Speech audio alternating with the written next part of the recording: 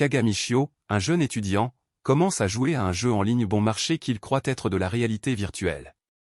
Il se réveille soudainement dans une grange et commence à collecter des objets qu'il trouve en chemin. Après avoir récupéré l'épée du Randall, il quitte la grange et trouve plusieurs bandits attaquant le village. Même s'il voit que les bandits sont de haut niveau et que Kaga n'est qu'au niveau 1, il décide de les attaquer. Il coupe la tête du premier, poignarde le second dans le cou et coupe un autre en deux faisant fuir les autres. Somara, le chef du village, apparaît et remercie le garçon d'avoir protégé le village, en le récompensant avec des équipements abandonnés et un endroit où se reposer. À ce moment-là, Kaga essaie de se déconnecter mais n'y parvient pas et réalise que le monde qui l'entoure est réel et qu'il doit terminer le jeu avant de pouvoir se déconnecter. Un villageois essaie de voler le butin capturé par Kaga et est condamné à l'esclavage. Pour vendre son butin, Kaga rassemble la prime des bandits et se rend dans la ville de Val. Là-bas, il récupère la prime et rend visite à Allen, un marchand d'esclaves qui achète le voleur et révèle qu'un nouveau labyrinthe a été découvert à proximité. Intrigué par le labyrinthe, Alan suggère à Kaga d'acheter un esclave. Le garçon est confus mais amusé par cette idée. Alan explique ensuite qu'il ne traite qu'avec des esclaves sexuels et soudainement une esclave nommée Roxane apparaît et Kaga est hypnotisé par la beauté de la fille. L'homme réalise que Kaga s'intéresse à la fille et prétend qu'elle est une femme de la plage très utile au combat, et qu'elle est aussi une jeune fille innocente et vierge garantie. Kaga demande si l'esclave peut trahir son maître, et Alan répond que non. Il explique qu'à moins qu'il y ait quelqu'un pour les hériter ou leur promettre leur liberté, un esclave les suivra jusqu'à la tombe. De plus, les esclaves en fuite sont dévoués aux bandits. Se sentant coupable de considérer cela, Kaga est néanmoins ébloui par la possibilité d'avoir une esclave sexuelle consentante.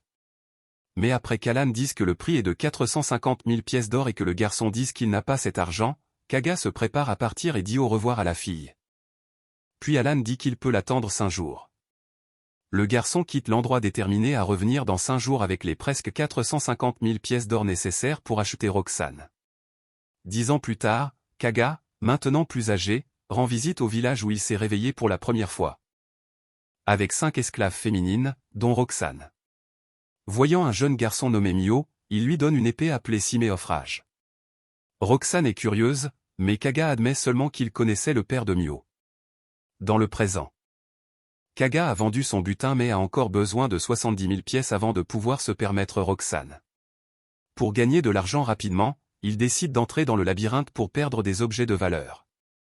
Craignant que son épée du Randall ne soit trop tentante pour les voleurs, il la cache dans son menu de personnage et achète un cimeterre basique.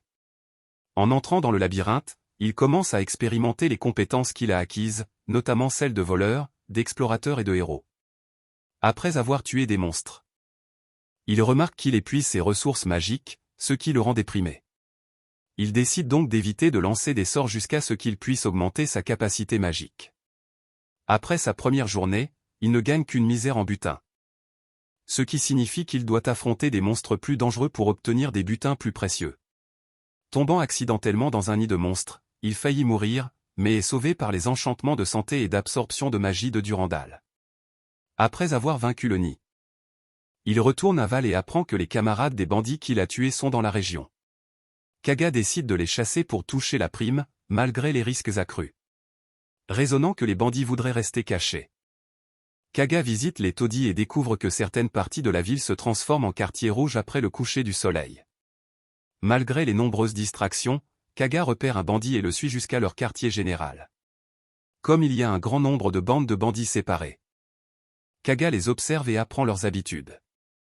Son propriétaire lui apprend que les bandits ont commencé à se tuer les uns les autres après la mort d'un important chef et que les bandits ont commencé à se battre pour prendre le contrôle de son territoire. Les bandits que Kaga avait tués auparavant étaient membres d'un gang perdant que les autres bandits avaient chassé de Val. Avec moins de 24 heures pour acheter Roxane, Kaga passe à l'action en infiltrant le quartier général. Kaga parvient à tuer plusieurs bandits pendant leur sommeil, mais est obligé de se téléporter dans le labyrinthe lorsque d'autres bandits sont alertés, les échangeant contre la prime. Kaga a finalement assez d'argent et achète Roxane à Alan. Roxane surprend Kaga en s'excusant d'avoir douté qu'il serait capable de l'acheter. Avec le contrat d'esclave en place, Roxane est heureuse d'avoir un propriétaire et Kaga peut enfin se détendre maintenant qu'il a réussi à l'acheter. Après avoir enfin pu acheter Roxane et l'amener chez lui, Ils vont à l'auberge et Kaga demande à la réceptionniste une chambre plus grande pour eux deux. Ils montent à l'étage et Kaga se retrouve enfin seul avec elle. Roxane est visiblement nerveuse et Kaga réalise qu'il s'est trompé en prenant une chambre avec un lit double au lieu de 2 lits simples et il craint que l'idée de partager un lit ne l'effraie. Il parvient à la rassurer en lui disant que le lit est à eux deux et qu'elle peut y dormir sans souci. Elle apprécie cela car d'autres maîtres demandent à leurs esclaves de dormir par terre. Roxane se révèle douée pour réparer et entretenir l'équipement. Mais tous deux deviennent de plus en plus nerveux à mesure que la nuit approche. Elle vérifie son épée et dit qu'elle a besoin d'un peu d'entretien, puis demande à Kaga d'utiliser ses anciens sous-vêtements comme chiffon pour entretenir leur équipement, ce que le garçon approuve. Roxane dit qu'il peut manger pendant qu'elle travaille, mais le garçon suggère qu'ils mangent ensemble. La fille commence à se changer avec ses nouveaux vêtements, ce qui excite Kaga, mais il remarque que Roxane est mal à l'aise, alors il essaie de ne pas la regarder. Mais il n'y parvient pas.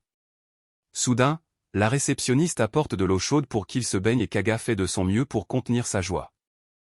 Comme il attendait depuis longtemps d'avoir une intimité avec Roxane, il lui demande de lui frotter le dos, ce qu'elle fait. Ensuite, il fait la même chose pour Roxane, en lui lavant également la queue et les cheveux. Lorsque la fille lui lave les cheveux, le garçon n'en peut plus d'attendre et, conscient de la situation, Roxane se précipite vers le placard et prend ses vêtements de femme de chambre, demandant si son maître veut qu'elle les mette. Kaga dit qu'elle n'a pas besoin de le faire, et après lui demander de retirer ses sous-vêtements. Les deux commencent leur moment intime ensemble pendant toute la nuit. Le lendemain matin, alors qu'il s'habille, Kaga lui demande comment ajouter des compétences à son équipement. Roxane explique alors qu'il devrait acheter des équipements qui sont déjà équipés des compétences. Et elle explique que s'il veut ajouter des compétences, il aura besoin de cristaux de compétences, un objet formé par l'accumulation des compétences des monstres, et qu'il se trouve rarement dans le labyrinthe. Pour fusionner l'équipement et obtenir les compétences, un forgeron est nécessaire. Kaga pense à devenir forgeron, mais Roxane affirme que seuls les nains peuvent faire ce travail. Elle explique en outre qu'il n'est pas recommandé de louer un forgeron. Car cela échoue la plupart du temps et qu'il n'aime pas les transactions directes, même s'il en trouve un, on ne sait pas si on peut leur faire confiance. Kaga est déterminé à recruter un forgeron pour leur groupe. Ils quittent l'auberge, entièrement équipés de leur équipement, et en se dirigeant vers une ruelle sombre, Kaga ouvre un portail qui les transporte directement au premier étage du labyrinthe. Alors qu'ils marchent, Roxane mène le chemin en sentant certains monstres et capacités grâce à sa nature de loup. Elle demande à Kaga de lui prêter un cristal magique, et comme le garçon ne sait pas ce que c'est, elle explique que les monstres sont constitués de pouvoirs magiques et que lorsqu'ils sont vaincus, ils s'accumulent progressivement, formant finalement un cristal magique utilisé par les guildes et les temples comme source d'énergie. Elle a besoin que Kaga lui en prête un car il n'est pas possible de stocker le pouvoir magique lorsqu'on vainc des monstres à moins d'avoir un cristal magique. Kaga demande comment l'obtenir et elle dit qu'en dehors du labyrinthe, on peut les acheter auprès des guildes.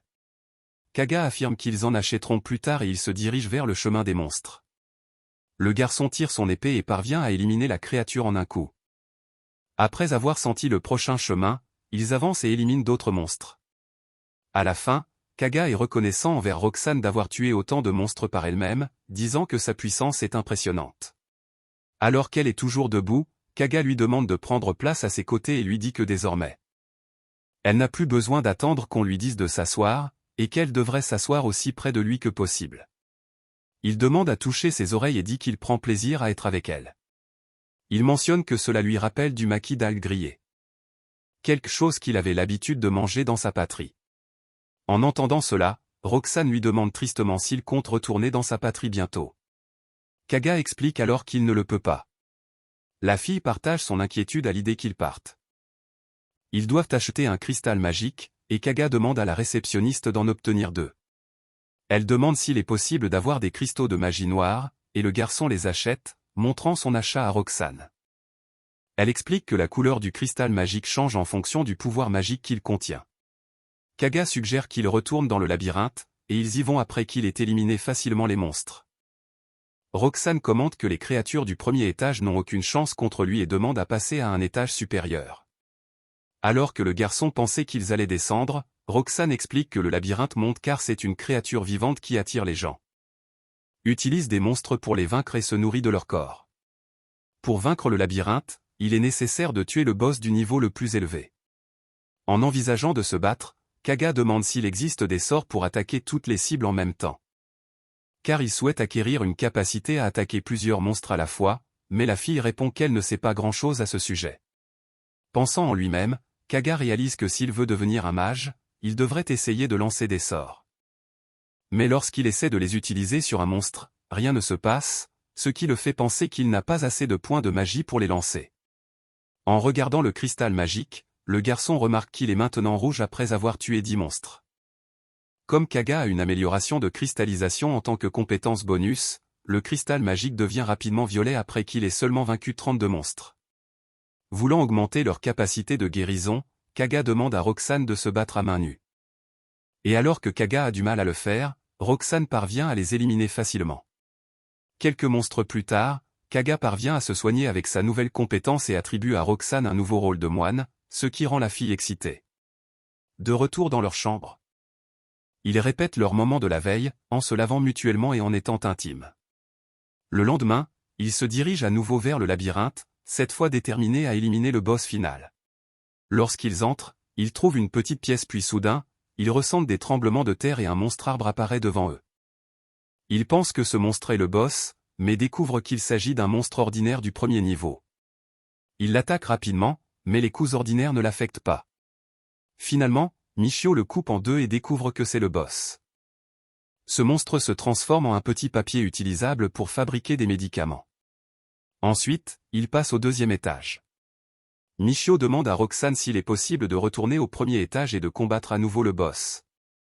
Ainsi que d'obtenir ce papier pour acquérir la compétence de guérison. La dernière fois, il a donné la compétence de guérison à Roxane et il est en réalité revenu par la porte, mais le problème est qu'il s'est retrouvé à l'extérieur du labyrinthe. Il se sentait honteux devant Roxane. Alors il lui a dit qu'il a fait ça pour être sûr. Après leur retour dans le labyrinthe, Michio bat facilement le monstre et obtient la compétence d'herboriste de niveau 1. Il essaie cette compétence et obtient des pilules d'antidote, anti-poison. Il découvre également que certains monstres utilisent du poison pour attaquer. Ils se rendent donc dans l'un des magasins pour acheter des médicaments, ainsi que des pilules de renforcement et de traitement contre la paralysie et l'ossification. Ensuite, ils retournent dans le labyrinthe. Mais cette fois-ci, tous les monstres du deuxième niveau sont en forme de duo, car Michio est maintenant au deuxième étage. Les nouveaux monstres sont des larves qu'ils battent facilement jusqu'à ce qu'ils trouvent l'une des larves puissantes qui utilise la magie. Elle attaque Michio et le ligote, l'empêchant de bouger. Il utilise alors son pied pour la libérer et la tranche avec son épée. Lors du retour, il remarque l'un des hommes étranges et demande à Roxane où cet homme étrange regardait. Elle dit qu'il regardait la maison du marchand. Michio utilise l'une de ses compétences d'identification et découvre que cette personne est abandonnée du troisième niveau. Ils vont voir Allen pour le lui dire, mais il dit que cela concerne la personne que Michio a amenée du village. Il dit aussi que tout cela est arrivé à cause de ce mouchoir volé. Cet homme a été vendu à l'un des groupes et a maintenant la liberté d'entrer et de sortir, car c'était l'une des demandes étranges du groupe. Ce groupe est un gang dangereux qui prévoit d'attaquer la maison commerciale du marchand. Ensuite, Michio s'apprête à partir, mais Roxane est triste, car cette maison lui tient à cœur. Alors, Michio demande à Allen de l'embaucher comme garde pour la maison. Il accepte et fixe également le salaire approprié. Il lui dit aussi que toutes les cartes qu'il obtiendra des voleurs seront prises par Michio. Roxane et Michio rentrent chez eux et dorment ensemble. Quand la nuit tombe, ils se rendent à la maison du marchand. Michio a préparé un groupe d'esclaves spécialisés dans le combat. Roxane a un odorat très développé et elle se rend compte que les voleurs sont arrivés et ouvre la porte. Tout le monde est prêt à combattre. Michio se dirige vers les esclaves pour les protéger, mais il voit ce voleur. Il demande à Roxane d'attendre. Michio utilise une compétence magique, l'autodestruction, mais s'effondre après l'avoir utilisée. Ayant accompli la tâche de protéger la maison. Allen récompense Michio et le remercie pour son aide. Puis ils partent, mais Michio utilise la téléportation pour retourner dans le labyrinthe. Quand il arrive, il se sent fatigué et s'effondre. Il bat quelques monstres pour reprendre des forces.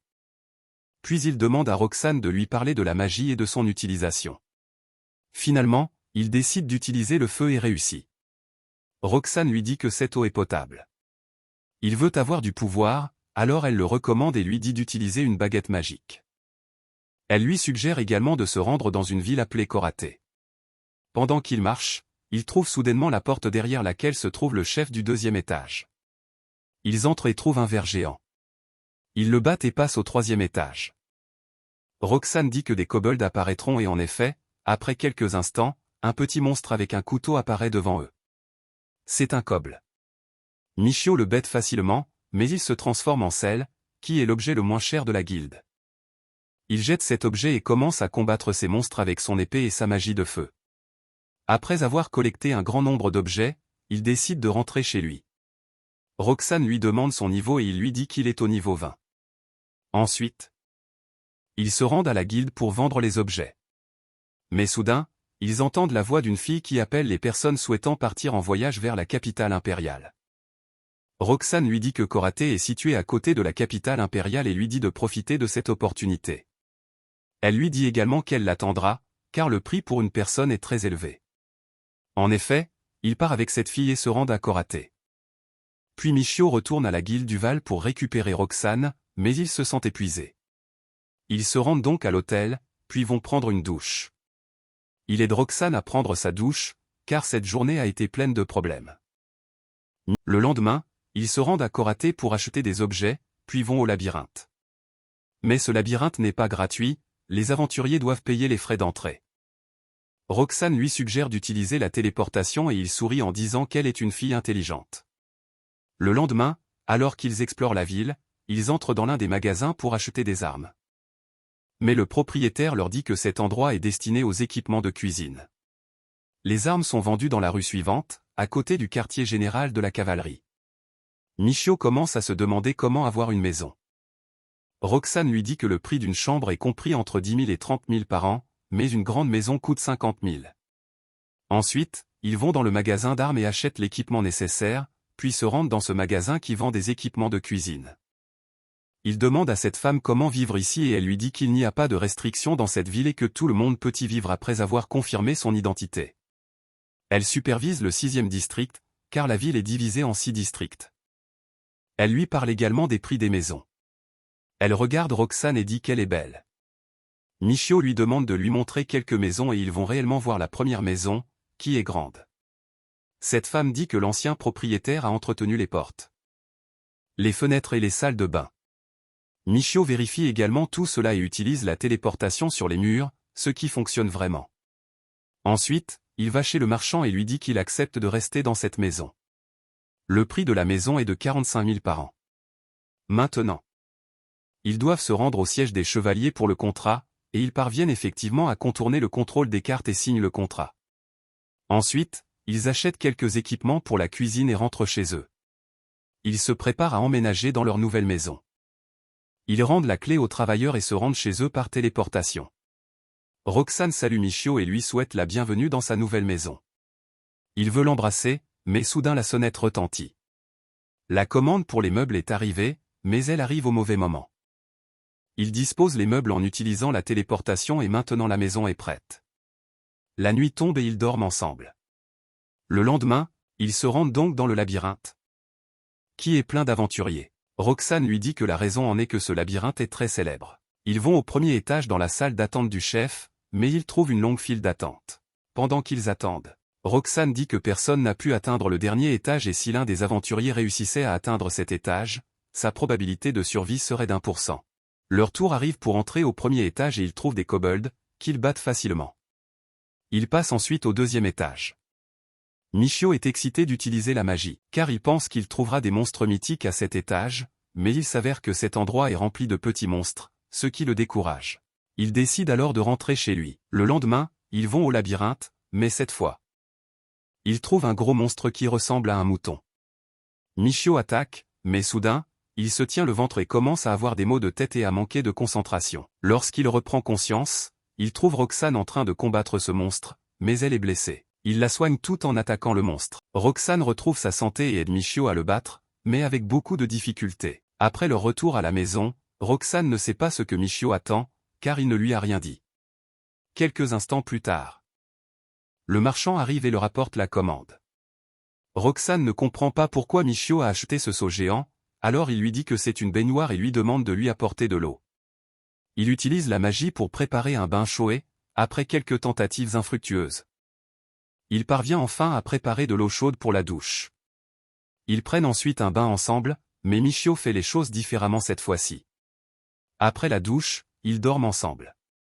Michio et Roxane ont atteint le 7e étage du labyrinthe de Curatar, où se trouvent divers monstres lapins. L'objet obtenu après avoir tué le monstre est de la fourrure. Roxane lui dit que le prix de la fourrure est bas à la guilde par rapport au magasin de vêtements. Mais il faut un minimum de 100 lapins. Il retourne dans le labyrinthe et tombe sur un monstre lapin rapide de niveau 7. Le monstre charge sur Roxane avant de passer à Michio, mais avec sa compétence overwhelming, Michio là-bas. Michio et Roxane ont réussi à récupérer de la viande de lapin. Ils sont ensuite rentrés chez eux. Roxane a ensuite cuisiné la viande de lapin qu'ils avaient récupérée pour en faire un plat délicieux. Ils décident de récupérer plus de viande. Dans la salle d'attente du chef, ils rencontrèrent d'autres aventuriers. L'un d'eux est un aventurier vétéran qui a atteint le niveau 7 depuis longtemps. Il se prépare à combattre le boss de cet étage, même s'il est sans groupe. L'aventurier amical a dit qu'après avoir vaincu le boss de cet étage, il créerait son premier groupe. L'aventurier est sûr de sa chance ce jour-là et entre. Peu de temps après que Michio et Roxane aient attendu, la porte de la pièce s'ouvrait. Étrangement, le lapin rouge les attendait. Mais après avoir vaincu le lapin rouge, il n'a trouvé aucune différence. Quelque chose de brillant attire l'attention de Michio. Michio pense qu'il s'agissait d'un autre objet, mais Roxane lui expliqua que c'était le signe que l'aventurier précédent n'avait pas vaincu le boss. Michio comprend alors que c'est pourquoi le lapin rouge les attendait. Ils sont alors rentrés chez eux. L'incident au cours duquel l'aventurier a été tué a profondément affecté Michio. Il est conscient des dangers des labyrinthes et de la facilité avec laquelle les aventuriers peuvent mourir. Michio pensait encore à ce qui s'était passé dans le labyrinthe et n'arrivait pas à dormir. Roxane a alors calmé Michio dans ses bras, ce qui a rendu Michio un peu plus excité et détendu. Ils retournèrent dans le labyrinthe et ramassent des poils de lapin. Lorsqu'ils en ont assez et qu'ils atteignent 300 pièces, Michio décide de les vendre. Au magasin, le serveur confirme la quantité de fourrure de lapin. Pendant qu'ils attendent, Michio est attiré par un vêtement de nuit en soie, très prisé par les duchesses. Sans réfléchir, Michio l'achète pour Roxane et reçoit une commission pour la vente de la fourrure de lapin qu'il a vendue. Roxane se réjouit de porter la chemise de nuit pendant qu'elle fait son service de nuit. Avant cela, Michio insiste sur le fait qu'il devait d'abord prendre une douche. Remplir la baignoire demande plus d'efforts. Ils sont ensuite entrés brièvement dans le labyrinthe pour récupérer le MPK dans le labyrinthe du 8e étage. Michio reçoit des attaques d'un monstre qui le blesse. Ils sont revenus et ont immédiatement pris une douche ensemble. Après avoir pris une douche,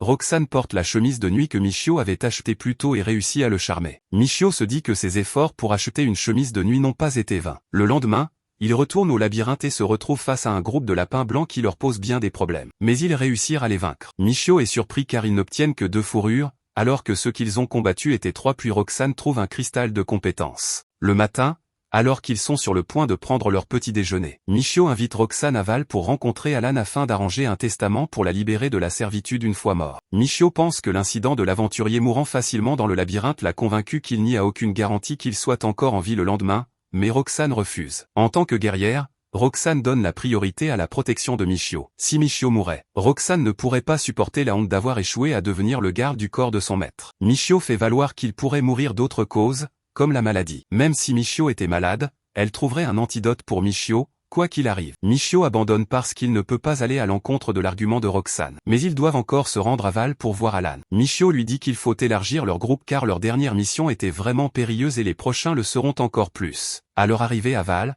ils sont allés directement voir Alan. Michio révèle qu'il veut trouver un esclave nain ayant des compétences en forge. Alan avait une esclave naine. Malheureusement, elle n'avait aucune compétence en forge. Avant de refuser, Michio réfléchit d'abord à sa décision avec Roxane. Michio demande à Alan de montrer l'esclave. Ils attendent quelques instants, et très vite, une silhouette naine apparut avec la nounou dont Roxane avait tant parlé. Grâce à son sens de l'observation,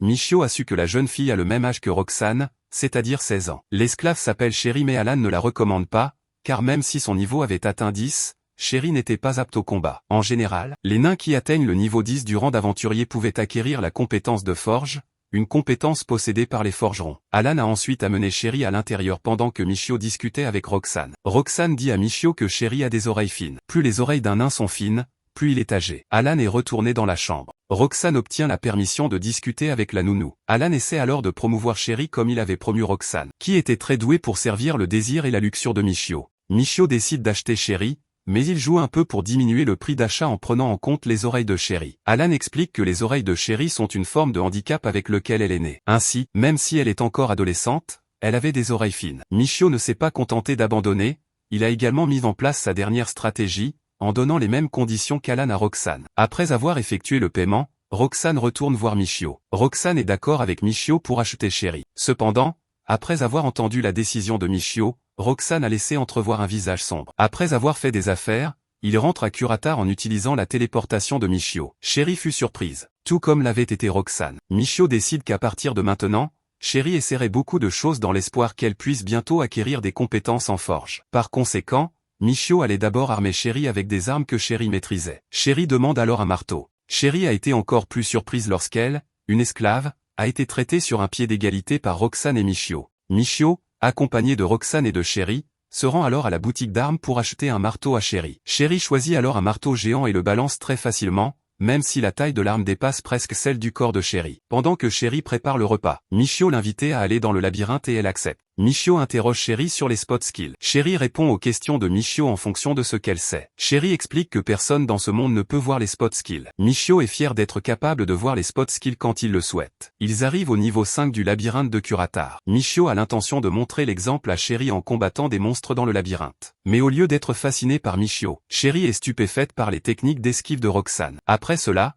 il retourne à la maison et voit Chéri silencieuse. Mais elle est stupéfaite par les capacités de téléportation de son maître. Roxane explique qu'il est capable d'exécuter diverses techniques et de faire de la magie. Chéri s'enquiert du niveau d'aventure de Michio, qui dit qu'il a atteint le niveau 33. Il passe à table déguster la cuisine de Chéri. Chéri, toujours réticente, est alors invitée par Michio et Roxane à s'asseoir avec eux. Michio s'occupe de la distribution de la nourriture. Alors qu'il s'apprête à donner à Chéri le deuxième bol après lui, Roxane lui adresse un sourire ravageur. Michio se rend compte qu'il y a une règle d'ordre dans sa famille. Michio s'est alors rendu compte de son erreur et a donné le bol à Roxane. Puis il prend un autre bol pour Chéri. Chéri demande à Michio pourquoi ils vont dans le labyrinthe avant de manger. Michio répond que c'est pour récupérer ses points de magie. Michio demande alors les compétences particulières de la race humaine. Roxane répond qu'il leur est naturel d'avoir des compétences spéciales alors que Chéri dit que c'est une race incube. Après avoir mangé, elles sont allées se préparer à se laver. Michio attend tout en exprimant un visage pervers parce qu'il peut enfin prendre un bain avec deux belles filles à la fois. Pendant le bain, Michio nettoie d'abord le corps de Roxane et continue avec Chéri dans l'ordre. Ensuite, Roxane a appris à Chéri à nettoyer le corps de Michio en utilisant leur propre corps. Après avoir pris une douche,